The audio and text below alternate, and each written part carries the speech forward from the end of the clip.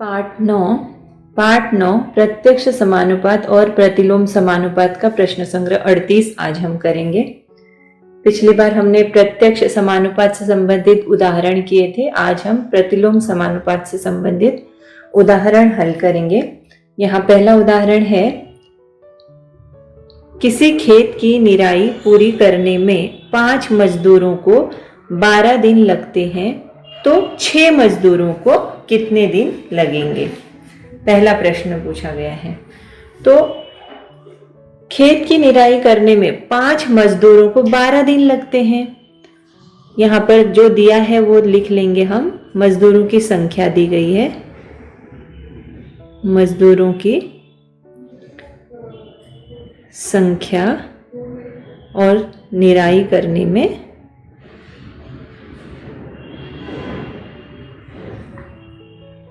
लगने वाला समय, ये दो चीजें दी गई हैं सवाल में। तो मजदूरों की संख्या 6 मजदूरों को 5 मजदूरों को 12 दिन लग रहे हैं, तो 6 मजदूरों को कितने दिन लगेंगे। अब मजदूरों की संख्या 5 है तो निराई करने में लगने वाला समय 12 दिन है। यदि हम मजदूरों की संख्या बढ़ा देंगे तो निराई करने में लगने वाला जो समय है वो कम हो जाएगा। कोई भी काम एक व्यक्ति करता है तो ज्यादा समय लगता है, और वही काम एक से ज्यादा व्यक्ति करते हैं तो काम करने में कम समय लगता है। अर्थात क्या होता है, उल्टा होता है। तो यहां पर होगा विलोम अनुपात या प्रतिलोम समानुपात। तो यहां हम क्या लिख सकते हैं, मजदूरों की संख्या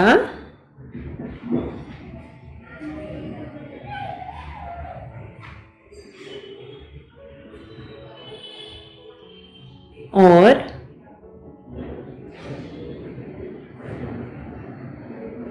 निराई करने में लगने वाला समय।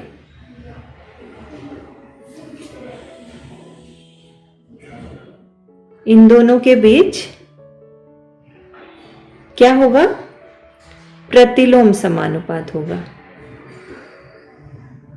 क्योंकि मजदूरों की संख्या 6 होगी, बढ़ा देंगे मजदूरों की संख्या तो काम करने में जो समय है वो कम लगेगा। तो ऐसे में क्या होता है, प्रतिलोम समानुपात होता है। तो प्रतिलोम समानुपात में क्या होता है, जो संगत राशियां हैं, यानी कि यहाँ क्या है, मजदूरों की संख्या और निराई करने में लगने वाला समय, ये दोनों संगत राशियां हैं। इन दोनों के बीच में क्या होता है, गुणनफल होता है, गुणा होता है। और प्रत्यक्ष समानुपात में क्या होता था, दोनों के बीच में भाग होता था। तो 5 गुणा 12 बराबर 6 गुणा, पता नहीं है अपने को निराई करने में लगने वाला समय। तो ये जो पता नहीं है हम देखते हैं, इसको मानते हैं x, मानते हैं माना 6 मजदूरों को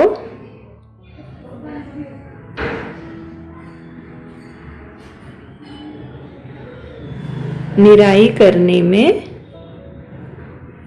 x दिन लगेंगे।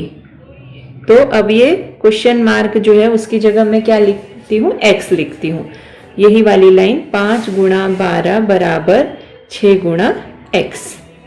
तो यहाँ x का मान निकालना है। x का मान समीकरण हम पढ़ चुके हैं छठी में भी।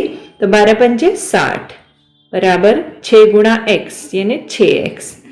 तो 6 को इस साइड ले लेती हूँ, 6 को इस साइड ले लूंगी तो क्या हो जाएगा, इन दोनों के बीच में गुणा का संबंध है। तो 6 60/6 बराबर x।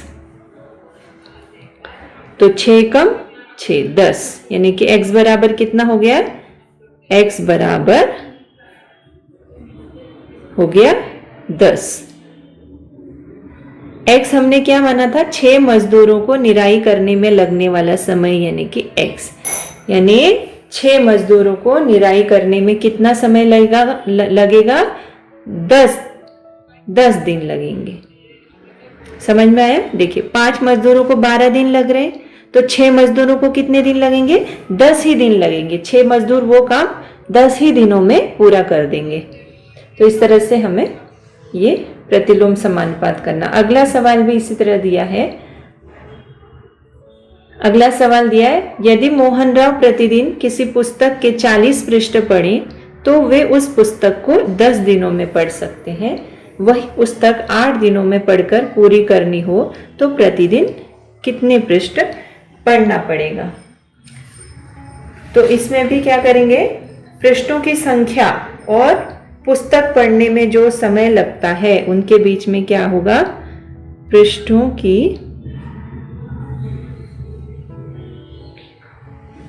संख्या और पुस्तक पढ़ने में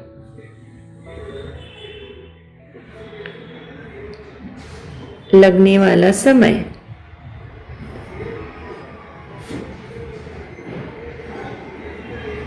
दोनों के बीच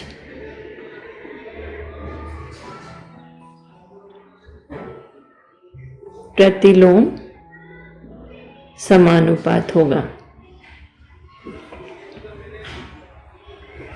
एक साइड लिख लेते हैं पृष्ठों की संख्या,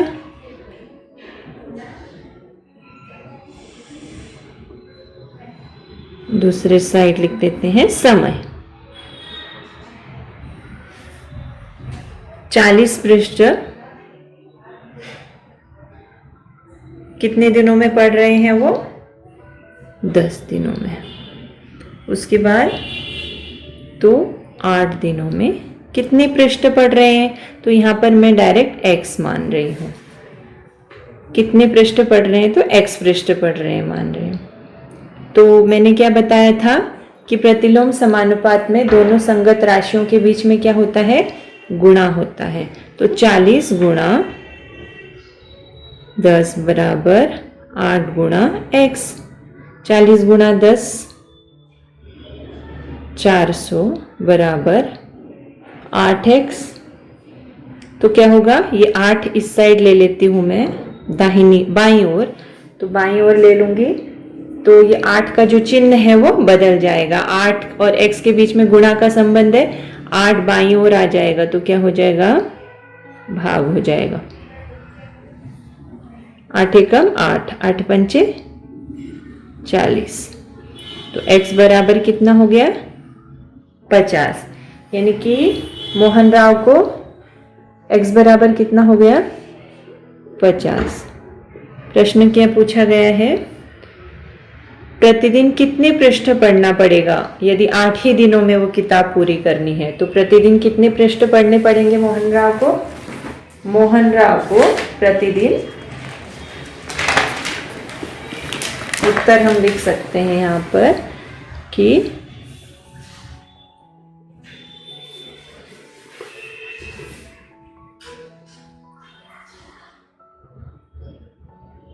मोहन राव को प्रतिदिन 50 पृष्ठ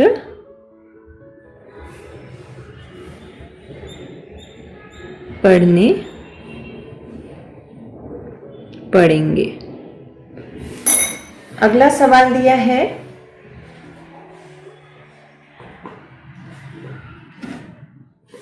मेरी द्वारा साइकिल चलाने की औसत चाल प्रति घंटे 6 किलोमीटर है। 12 किलोमीटर दूरी पर स्थित अपनी मौसी के घर जाने में उसे कितना समय लगेगा? यदि उसकी साइकिल की प्रति घंटे चाल 4 किलोमीटर हो तो उसे कितना समय लगेगा? तो 6 किलोमीटर है उसकी साइकिल की चाल प्रति घंटे। साइकिल की चाल कितनी है?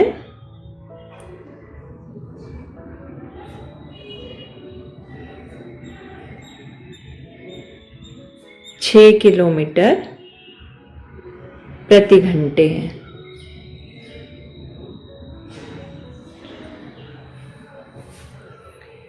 माना 12 घंटे में उसे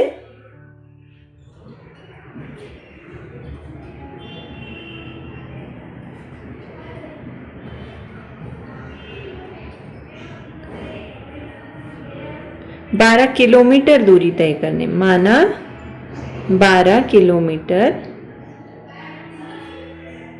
दूरी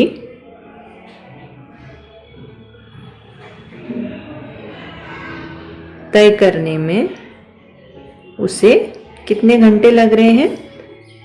x घंटे लगेंगे। x, अब हमें पता है दूरी बराबर क्या है? दूरी बराबर चाल गुणा समय। ये सूत्र है, दूरी का सूत्र है, ये हमें याद करना पड़ेगा। दूरी बराबर है चाल गुणा समय।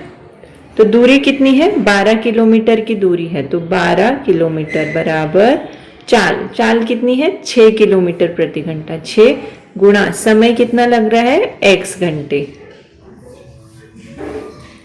तो 6 को इस साइड लेकर आऊंगी तो क्या हो जाएगा? 6 भाग हो जाएगा 12/6 बराबर x। 6 कम 6, 6 दूनी 12। तो x बराबर कितना हो गया? 2, यानी 2 घंटे। उसके बाद बोला गया 4 किलोमीटर प्रति घंटे की चाल से उसे कितना समय लगेगा। तो अब यहाँ 6 की जगह हम क्या लिखेंगे? 4 लिखेंगे। तो यहाँ पर भी मैं मानती हूं, माना, यहाँ पर करते हैं इसको, दूसरा पार्ट है इसका, माना 4 किलोमीटर की दूरी, 4 किलोमीटर प्रति घंटे है ना उसकी, 4 किलोमीटर प्रति घंटे की चाल है उसकी, की चाल से y घंटे लगते हैं।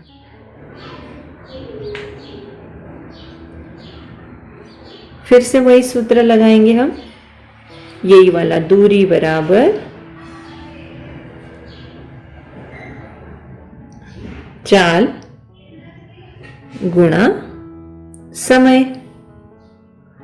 तो दूरी तो 12 किलोमीटर की ही करनी है, लेकिन उसकी केवल उसने चाल बदली है। यहाँ 6 किलोमीटर प्रति घंटे की किलोमीटर की रफ्तार से चल रही थी और यहाँ पर 4 किलोमीटर। तो चाल गुणा समय कितना माना हमने? y माना। तो y बराबर कितना हो जाएगा? 12/4। 4 एकम 4, 4 तिया 12 बराबर y। तो y बराबर कितना हो गया? 3। तो उत्तर क्या हो जाएगा? 2 घंटे, और अगर 6 किलोमीटर प्रति घंटे की रफ्तार से चल रही है तो 2 घंटे लगेंगे, और यदि 4 किलोमीटर प्रति घंटे की रफ्तार से चल रही है तो कितने लगेंगे? 3 घंटे लगेंगे। अगला सवाल है, किसी गोदाम में रखे गए अनाज का भंडार 4000 लोगों को 30 दिनों के लिए पर्याप्त होता है। लोग और दिन, 4000 लोगों के लिए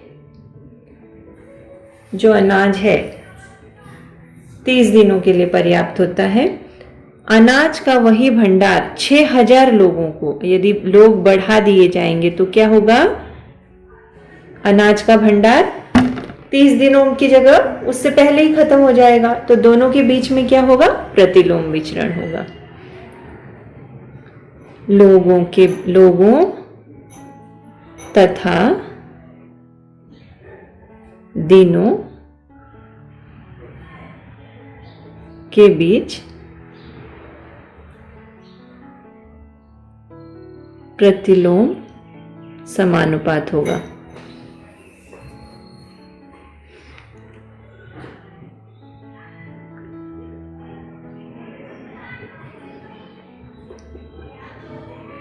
प्रतिलोम समानुपात में क्या होता है?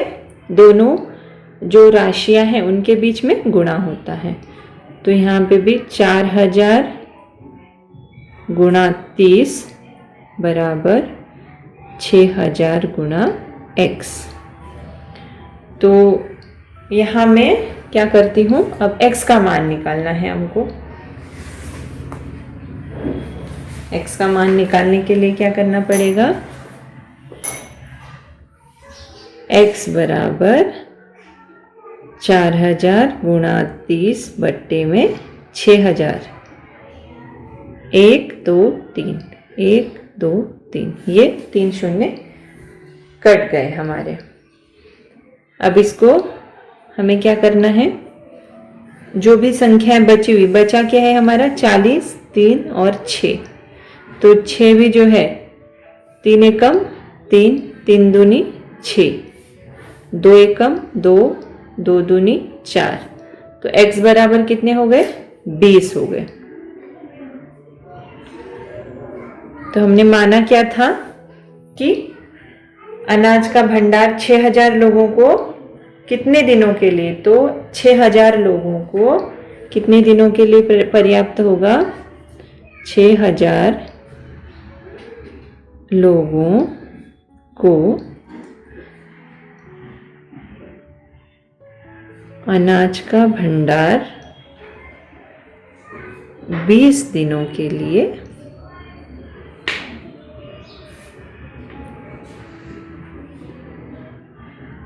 पर्याप्त होगा।